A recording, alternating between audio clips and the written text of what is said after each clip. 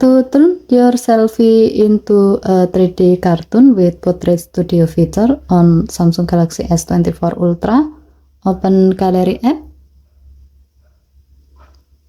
and then open the desired portrait photo. To get the best result, make sure to choose portrait photo that has a clear face because this feature works best with well-lit, high-quality images of people. Next, tap the photo assist icon at the bottom of the screen. Tap Portrait Studio button. Now, select 3D cartoon thumbnail. And then tap Generate button to let the AI to turn the selected portrait photo into a 3D cartoon.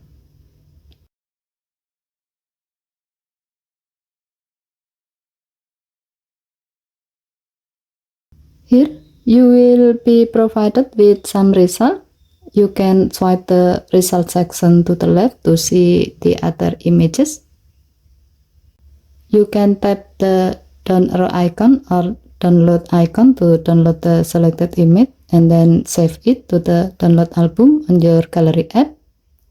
Or you can tap Save as Copy button to save the selected image in the same album with the original photo.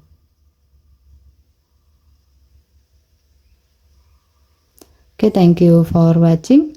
Please help to like and subscribe. Have a nice day.